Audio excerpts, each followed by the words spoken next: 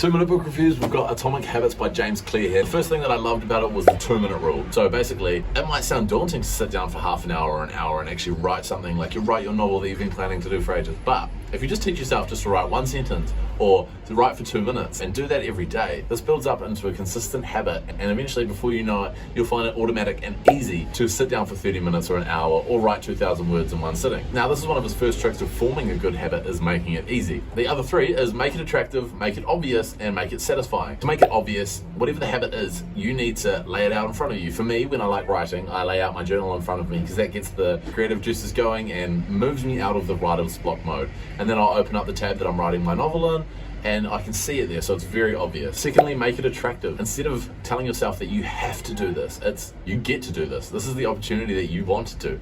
And this can be twisted for things that you really don't even want to do, but it changes your perspective on how you see things.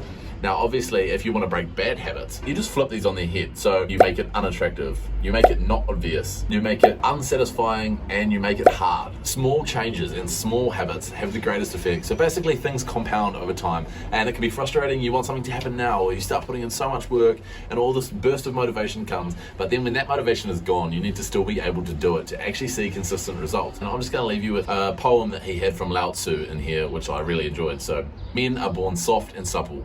Dead, they are stiff and hard. Plants are born tender and pliant. Dead, they are brittle and dry. Thus, whoever is stiff and inflexible is a disciple of death.